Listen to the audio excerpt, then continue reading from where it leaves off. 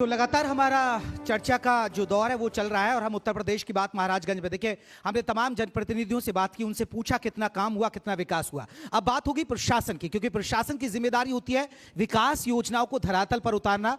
और फिर बात करेंगे कानून व्यवस्था, महाराजगंज की कानून व्यवस्था को लेकर क्या कुछ काम हो रहा है, क्या चैलेंजिंग है, पुलिस के लिए कितनी बड़ी चुनौती है। क्योंकि मुख्यमंत्री योगी आदित्यनाथ हर बार कहते हैं, हर मंच से कहते हैं कि कानून व्यवस्था के मुद्दे पर उनकी जीरो टॉलरेंस पॉलिसी है। इस पर हम बात करेंगे। दो खास मेहमान संतोष कुमार जिलाधिकारी हैं। संतोष जी, बहुत बहुत स्वागत है। संतोष जी की बात की जाती है, तेज तरार ऑफिसर्स में उनकी नाम आता है। बताते हैं कि टॉप 10 जो लिस्ट है मुख्यमंत्री योगी आदित्यनाथ की खास अफसरों में सर का नाम आता है। ये सही है क्या सर? ये पूछूंगा मैं आपसे। सिद्धार्थ कुमार जी अपर पुलिस अधीक्षक है, आपका भी बहुत बहुत स्वागत है। सिद्धार्थ जी, बहुत बहुत शुक्रिया। पहले तो आपने इतना लंबा इंतजार किया हमारे इस खास कार्यक्रम में, और आपकी बात जानी चाहिए। कानून व्यवस्था एक बड़ा मुद्दा होता है यूपी में। संतोष जी, चर्चा की शुरुआत आपसे। आप जिले के अधिकारी हैं, सारी योजना धरातल पर आपको उतारना है, और माना जाता है कि मुख्यमंत्री योगी आदित्यनाथ ने इस सीमा से सटे, नेपाल से सीमा से सटे जिले में आपकी तैनाती इसलिए की कि आप विश्वास पात्र हैं, आप भरोसेमंद हैं। टॉप 10 ऑफिसर्स में आपकी लिस्ट में नाम आता है। नहीं, पहले तो धन्यवाद आपको दूंगा कि आपने यहाँ पे बुलाया है, जनपद की तरफ से, बाकी सभी की तरफ से। और जो आप कह रहे हैं, बेसिकली जो शासन के निर्देश होते हैं, गवर्नमेंट के जो निर्देश होते हैं, उसका धरातल पे 100% क्रियान्वयन हो जाए, और जो शासन की जो मंशा है उसके अनुरूप कार्य हो, इसको हम लोग 100% सुनिश्चित कराने का प्रयास करते हैं।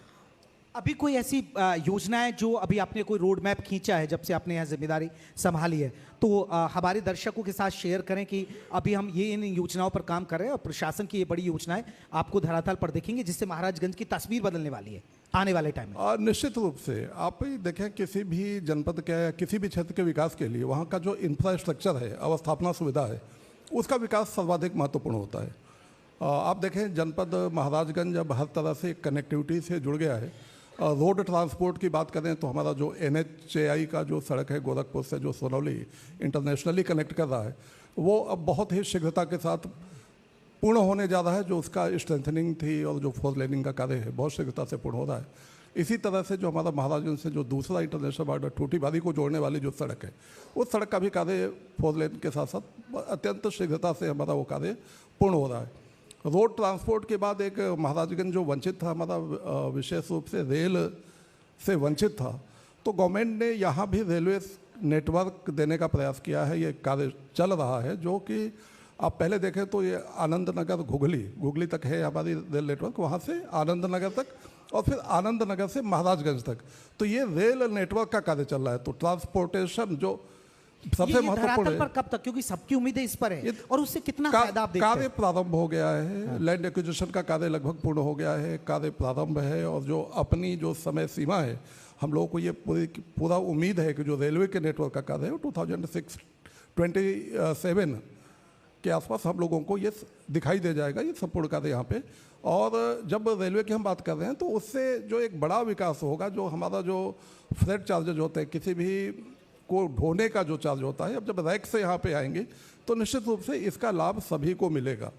आपको ये भी बताऊं कि जो जनपद है हमारा कृषि प्रधान जनपद है, लगभग 1,23,000 हेक्टेयर यहाँ पे एग्रीकल्चर लैंड है, और इसमें पूरा का पूरा हमारा ये फर्टाइल एरिया है। तो किसानों को जो खाद बीज ये समय पे मिल जाए, सुनिश्चित हो जाए, और पूरी पारदर्शिता के साथ मिले, और ये 100% इसका प्रयास किया गया है। खाद और बीज सुनिश्चित हो रहा है, मिल रहा है। सिंचाई, प्रत्येक खेत तक पानी पहुँचे, सरकार की मंशा है, और उसको लेकर ये सिंचाई का कार्य, प्रत्येक खेत तक पानी पहुँचाने का कार्य किया जा रहा है। लगभग 4,56,000 से अधिक ऐसे किसान हैं जिनको PM किसान निधि के अंतर्गत जिनको सम्मानित किया गया है, जिनको धनराशि दी गई है। और समय समय पे, जैसे अभी आपका देखें पैडी परचेज का सीजन चल रहा है धान का, 2,28,000 मीट्रिक टन का हम लोग का टारगेट था। लगभग हम लोग 2,22,23,000 मीट्रिक टन परचेज कर चुके हैं। किसानों को डायरेक्ट पैसे उनको दिए जा रहे हैं। धान के साथ साथ जब गेहूं का सीजन होता है, गेहूं की खरीद होती है, केन का है, गन्ना की खरीद हो रही है। तो किसानों का जो विकास, किसानों की आय में वृद्धि, और किसान जितने हमारे यहाँ पे किसान भाई हैं, उन सभी का ऑलराउंड डेवलपमेंट का प्रयास किया जा रहा है। किसानों के साथ एक एलाइड सेक्टर है, आप देखें तो सहकारिता का है। सहकारिता के बिना किसानों की उन्नति या किसानों को यदि हम देखें उनको हम आर्थिक गतिविधियों में किस तरह से इन्वॉल्व करें वो संभव नहीं है। तो उस पर भी काफ़ी प्रयास किए गए हैं और हम लोगों ने इस जनपद में अभी 1,27,000 से अधिक कोऑपरेटिव मेंबर्स भी जोड़े हैं। लगभग 2,16,00,000 का एक आप कहें शेयर जो किसानों का शेयर है वो कोऑपरेटिव्स में जमा हुआ है। तो किसान अब जो कोऑपरेटिव के साथ इस तरह से जुड़ रहे हैं जहां पर कि उनका एक मालिकाना हक की बात करते हुए अपने अधिकार को पा रहे हैं। तो किसानों के विकास का को भी हम लोग इसको प्राथमिक बिंदु में रखते हैं अवस्थापना सुविधाओं के साथ साथ। चले देखिए बहुत सारे स्टूडेंट्स भी हैं और किसी को अगर भाई आईएएस बनना या आईपीएस बनना कोई सवाल होंगे तो हम आएंगे आपके पास।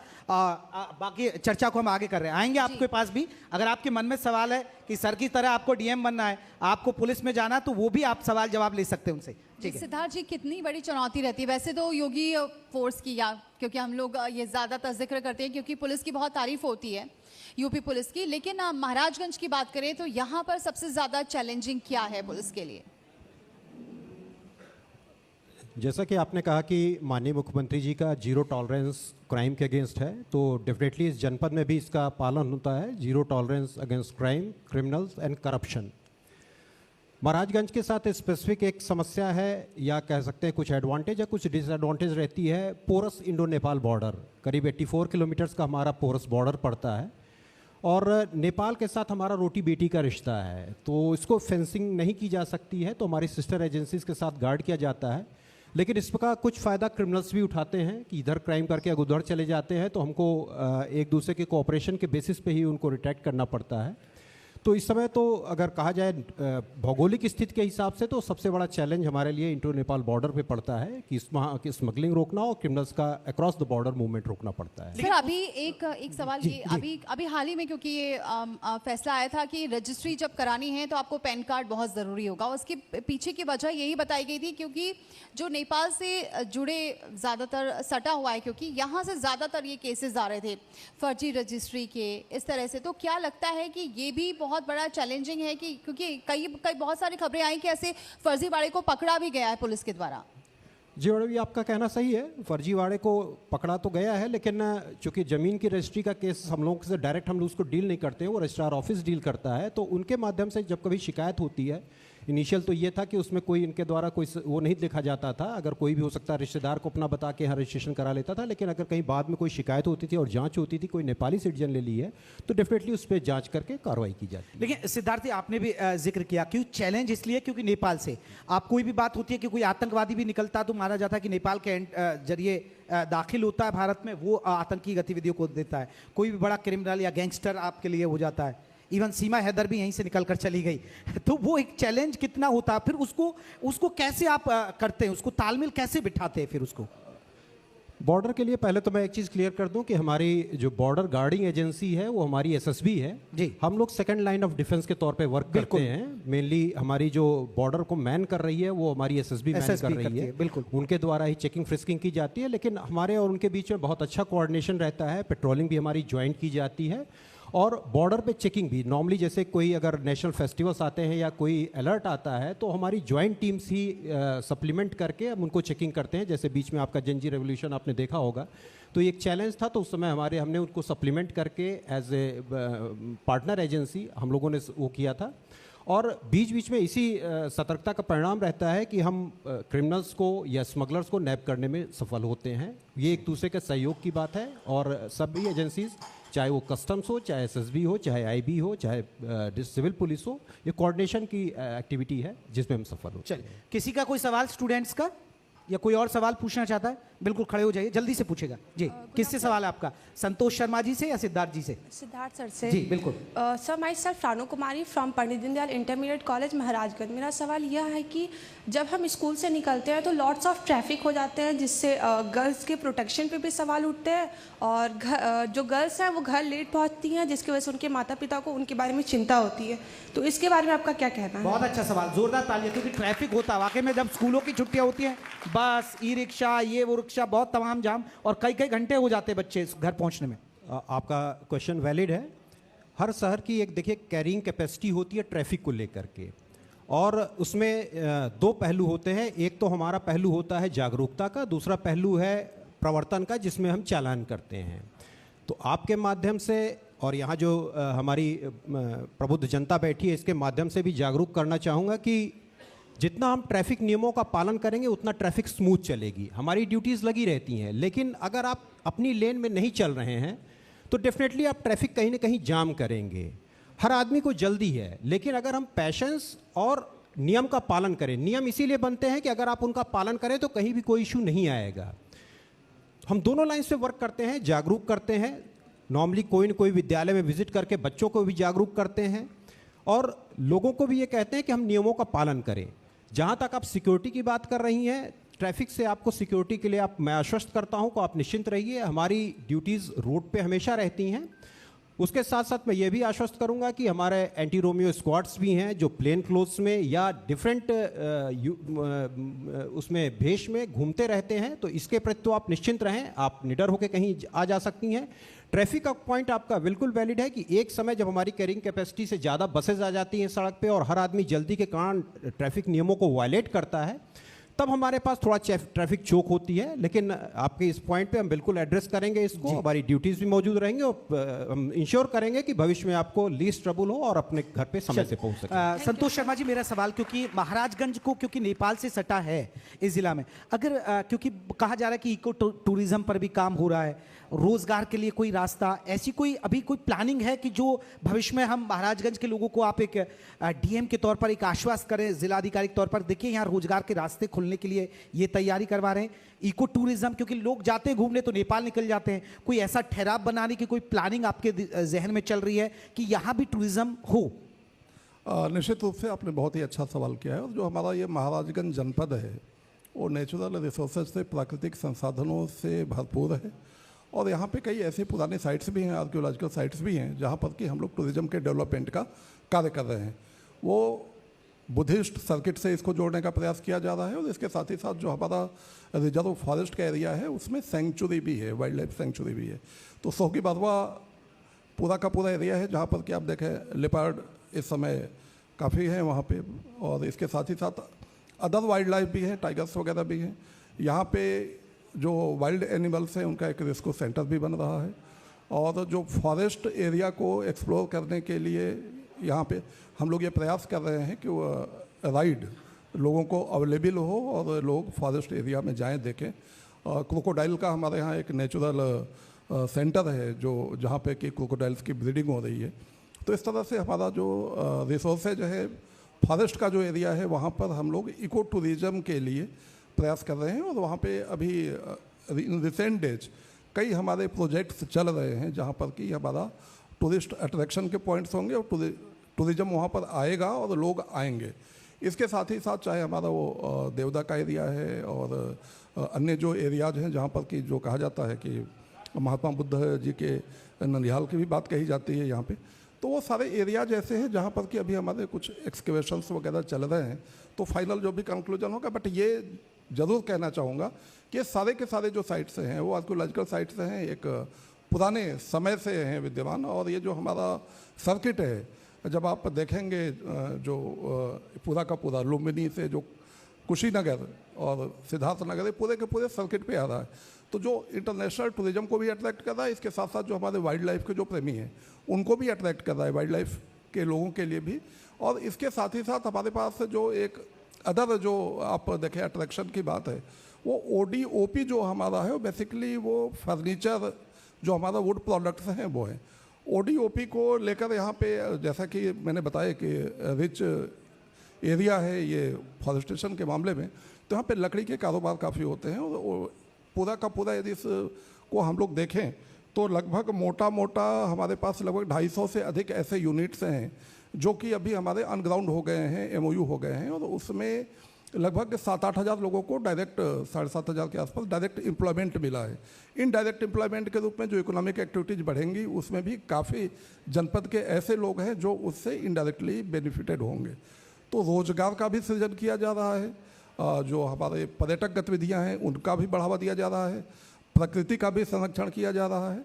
तो एक आप जो कहते हैं कि विकास भी और विरासत का संरक्षण भी, विरासत का, ये दोनों एस्पेक्ट यहाँ पे पूरे हो रहे हैं। और प्रत्येक क्षेत्र में जो हमारा महाराजगंज जनपद है, चाहे वो टूरिज़्म का क्षेत्र हो, चाहे वो आप ये कह लें कि एम्प्लॉयमेंट का क्षेत्र हो या इकोनॉमिक एक्टिविटीज़ बढ़ाने का क्षेत्र हो, सभी में कार्य यहाँ पे हो रहा है। सिद्धार्थ जी, आजकल मुठभेड़ की बहुत घटनाएं आ रही हैं, अवैध तस्करी के भी बहुत मामले बढ़ रहे हैं, हालांकि पुलिस उस पर कंट्रोल बहुत जल्दी भी पा रही है और इसकी चर्चाएं बाकी राज्यों में भी हो रही है।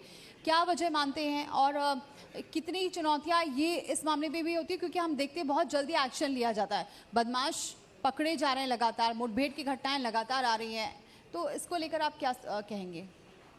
देखिए, क्राइम के अगेंस्ट तो जीरो टॉलरेंस है।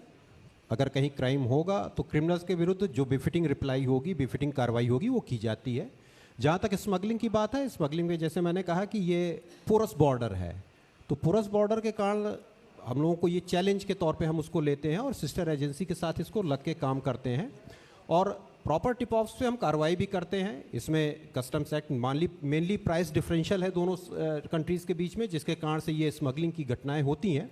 इतना ज़रूर कहूँगा कि ऑर्गेनाइज्ड स्मगलिंग पे बिल्कुल रोक लगी हुई है। ये अवश्य है कि माइनर हो सकती हैं, लोग एक या दो थोड़ी खाद या उसके स्मगलिंग करते हों, लेकिन जब भी ये सूचना मिलती है तो पुलिस के द्वारा और एसएसबी के साथ मिलकर प्रॉपर कार्रवाई कस्टम्स एक्ट के तहत की जाती है और हमारी एजेंसी के साथ कोऑर्डिनेशन बढ़िया रहता है, तो हमको इसमें कोई समस्या नहीं आती है। संतोष जी, मेरा एक सवाल आपसे, क्योंकि आप अयोध्या तीर्थ विकास परिषद से भी जुड़े रहे संतोष शर्मा जी, तो ऐसे कोई धार्मिक स्थलों पर भी डेवलपमेंट की यहाँ कोई प्लानिंग कर रहे हैं आप महाराजगंज में भी?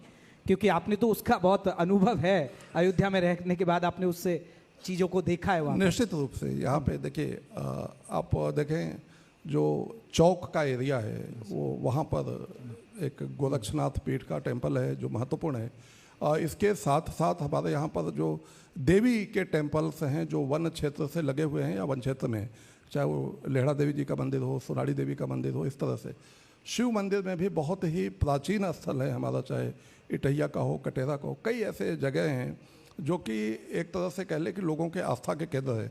और ये मात्र हमारे जनपद या इसी क्षेत्र के लोग नहीं आते, बल्कि यहाँ पे भारी संख्या में नेपाल के श्रद्धालु भी आते हैं। तो उन सभी स्थल को डेवलप किया जा रहा है और जो हमारा कल्चर डिपार्टमेंट है, संस्कृति और जो टूरिज्म है, इनके माध्यम से जो जितने हमारे इस तरह की जगह हैं, इस तरह के स्थल वहाँ पे डेवलप किया जा रहा है। वहाँ पे जो डेवलपमेंट है वो हमारा जो श्रद्धालु है उसको किस तरह से सुविधा दिया जाए उसके अनुरूप किया जा रहा है। उनके लिए पर्याप्त टॉयलेट्स, उनके लिए ड्रिंकिंग वाटर, उनके स्टे का अरेंजमेंट है, जो उसके ब्यूटी को इन्हेंस करने के लिए जो वहाँ के जो विरासत हैं उसको बिना छेड़छाड़ किए हुए उसको संरक्षित करने के लिए जो कार्य हैं वो किए जा रहे हैं। घाटों का डेवलपमेंट है, इस तरह के काफ़ी कार्य यहाँ पे किए जा रहे हैं। और जितने भी यहाँ रिलीजियस प्लेसेज हैं सभी को सजाया जा रहा है, संवारा जा रहा है और श्रद्धालुओं की जो भावनाएं हैं और जो श्रद्धालुओं का जो आपका जो श्रद्धा का केंद्र है उसको हम लोग सरकार की मंशा के अनुरूप हर जगह पे हमारे कार्य चल रहे हैं। और प्रत्येक जगह पे आप देखेंगे कि आने वाले समय में अभी कुछ जगहों पे कार्य कंप्लीट है, कुछ जगह पाइपलाइन में है, और आने वाले समय में ये एक रिलीजियस टूरिज्म के रूप में भी जो रिलीजन के साथ भी जो हमारे लोग ऐसे लोग आ रहे हैं, ऐसी तरह के टूरिस्ट जिनको कहीं पे जाना है किसी न किसी टेम्पल, तो टेम्पल भी हमारे अट्रैक्शन का केंद्र होंगे। ठीक है संतोष जी, क्योंकि हम चर्चा के आखिरी पड़ाव पर, क्योंकि ये जिस सेवा से आप जुड़े हैं ये सेवा ऐसी है कि इसमें तो आप मुसाफिर हैं, आज यहाँ तो कल वहाँ, लेकिन जब तक महाराजगंज में है इस मुसाफिर वाले जो रूप में आप रहते हैं, तो कोई रोड मैप आपने तैयार किया है कि भाई मैं जब तक हूँ महाराजगंज में इन चीज़ों को डेवलप करके जाऊँगा जो मुझे याद रखा जाए? निश्चित रूप से देखिए, हम लोग अभी यहाँ पे पूरे जनपद में जितने हमारे 882 ग्राम पंचायतें हैं वहाँ पे हमने हेरिटेज ट्री के कंजर्वेशन का कार्य शुरू किया। तो उन विलेज पंचायतों में जो हमारा ओल्डेस्ट जो ट्री था, जो सबसे प्राचीन पेड़ था, उसको हम लोग ने संरक्षित किया और उस ग्राम पंचायत का एक विरासत वृक्ष बनाया। जितने हमारे यहाँ पे पॉन्ड्स हैं, तालाब हैं, उन सभी का सौंदर्यीकरण यहाँ पे किया गया है। प्रयास ये है कि संपूर्ण क्षेत्र में हम लोग जो स्पोर्ट्स एक्टिविटी को बढ़ाएं और इसके साथ ही साथ जो सैनिटेशन है, हेल्थ की जो फैसिलिटी है और जो एजुकेशन है, इन तीनों सेक्टर पर ध्यान दिया जा रहा है। इन तीनों सेक्टर में विशेष कार्य किया जा रहा है। तो जैसा आपने बताया कि एक जो हमारे जो रिलीजियस जो प्लेसेज हैं उनका ऑलराउंड डेवलपमेंट है, हमारा इको टूरिज्म के जो प्लेसेज हैं उनका डेवलपमेंट है, जो एंशिएंट और बुद्धिस्ट सर्किट से रिलेटेड जो प्लेसेज हैं उनका डेवलपमेंट है, ODOP को लेकर जो एम्प्लॉयमेंट जनरेशन है, जो इकोनॉमिक एक्टिविटीज़ को बढ़ाना है, उस पर कार्य हो रहा है। किसानों को लेकर कार्य हो रहा है और हेल्थ सर्विसेज को लेकर बड़ा कार्य हो रहा है। एक बड़ा नेटवर्क यहाँ पे अब देखिए स्वास्थ्य सेवाओं को लेकर भी बनाया जा रहा है। और आपको मैं बताऊं लगभग यहाँ पर काफ़ी जो आयुष्मान कार्ड धारक हैं हमारे, वो भारी संख्या में हैं, जो 8 लाख से ऊपर हैं जिन लोगों ने के पास आयुष्मान कार्ड है यहाँ पे, और 5-5 लाख रुपए की इलाज की गारंटी है। 58 लगभग हॉस्पिटल से हैं महाराजगंज में जो कि इनको इस तरह की स्वास्थ्य सुविधाओं का लाभ देते हैं। तो हमारा जो जनपद में हम लोगों का प्रयास ये है कि ऑलराउंड डेवलपमेंट हो, एजुकेशन में भी, न्यूट्रिशन में भी, हेल्थ के सेक्टर में भी, सोशल सेक्टर में भी। सोशल सेक्टर में बताऊं लगभग 1 लाख ऐसे लोग हैं जिनको कि सरकार 1000 रुपीज़ पर मंथ उनको असिस्ट कर रही है, चाहे वो हमारे वृद्धजन हो, सम्मानित दिव्यांगजन हो, निराश्रित महिलाएं हों, सभी को। सोशल सेक्टर में जो आवास विहीन लोग हैं उनको सभी को आवास अवेलेबल कराया जा रहा है। तो काफ़ी बड़ा कार्य चल रहा है जो आप देख लें। डेवलपमेंट के जितने भी इंडिकेटर्स हैं, प्रत्येक इंडिकेटर को सैचुरेट करने का हम लोग प्रयास कर रहे हैं। और चूँकि ये इंडो नेपाल बॉर्डर का ये डिस्ट्रिक्ट है, लगभग 84 किलोमीटर हम लोग बाउंड्री शेयर करते हैं, तो एलॉन्ग द बॉर्डर पूरे में एक बेहतरीन कनेक्टिविटी का काम किया गया है, जिसमें कि पूरा का पूरा रोड नेटवर्क का डेवलपमेंट किया गया है। तो सारे कार्य यहाँ पे जो शासन की मंशा है और यहाँ के पब्लिक की जो आकांक्षा है, जो यहाँ की जनता चाहती है, उसके अनुरूप कार्य हो रहा है। और हम लोग सभी, चलिए उम्मीद है कि सर वो काम धरातल पर भी दिखे, धरातल पे दिखाई देगा, दिखे नहीं धरातल पे दिखाई देगा। मैं इनवाइट करूंगा कि आप जाएं और देखें, धरातल पे दिखाई देगा। सिद्धार्थ जी जल्दी से एक छोटा सा मैसेज महाराजगंज की जनता को आप कानून व्यवस्था के मुद्दे पर क्या मैसेज देंगे हमारे मंच से? कानून व्यवस्था के लिए सबसे पहले तो कहीं भी अगर आपको क्राइम होता दिखे तो प्लीज़ रिपोर्ट करिए, भले चाहे वो किसी अन्य के साथ हो रहा हो। सामान्यतः हम ये सोचते हैं कि तो हमारे साथ नहीं हो रहा है, आप रिपोर्ट करेंगे तो बेहतर रहेगा। इस समय सबसे बड़ा क्राइम साइबर क्राइम है, बिल्कुल। इसके लिए आप जागरूक रहिए, कोई भी अनवांटेड मैसेज या उसको क्लिक मत करिए, कोई लिंक क्लिक मत करिए। और अगर फिर भी अगर आप इसका कहीं भी पीड़ित हो जाते हैं तो तत्काल 1930 साइबर हेल्पलाइन नंबर है, तत्काल इस पे कॉल करें। और समय तो गोल्डन आवर कहा जाता है, लेकिन इसमें तो मैं कहूँगा इसमें गोल्डन मिनट और गोल्डन सेकंड्स होते हैं। 1930 पे जितनी जल्दी आप कॉल कर देंगे उतनी जल्दी ये रोक लग जाएगी। साइबर क्राइम रिपोर्टिंग पोर्टल भी है, आप उस पर भी कंप्लेंट कर सकते हैं। जितना जागरूक रहेंगे उतने सुरक्षित रहेंगे। और अगर कहीं आपको लगता है कि पुलिस की आवश्यकता है तो 112 पे कॉल करिए, हम हमेशा आपके साथ मौजूद हैं, आपकी सुरक्षा के लिए सदैव तत्पर हैं। जितने जागरूक रहेंगे उतने ही सुरक्षित रहेंगे। बहुत बहुत शुक्रिया सर, आप लोगों के कंधों पर ये जिम्मेदारी है। कुछ कहना चाहेंगे क्या? नहीं, आपको धन्यवाद। और मैं ये जरूर कहना चाहूँगा कि टीम आई है तो आप लोग देखें, विजिट करें। महाराजगंज का जो डेवलपमेंट है आपको दिखाई देगा, धरातल पे दिखाई देगा। और यहाँ पे जो कार्य चल रहे हैं और जो कार्य हो चुके हैं, और यहाँ पे आपको कई ऐसे सक्सेस स्टोरीज भी मिल जाएंगे, क्योंकि कई ऐसी विलेज पंचायतें हमारी हैं जो कि राष्ट्रीय स्तर पे अपने आप को प्रतिस्पर्धा में बनाई हुई हैं।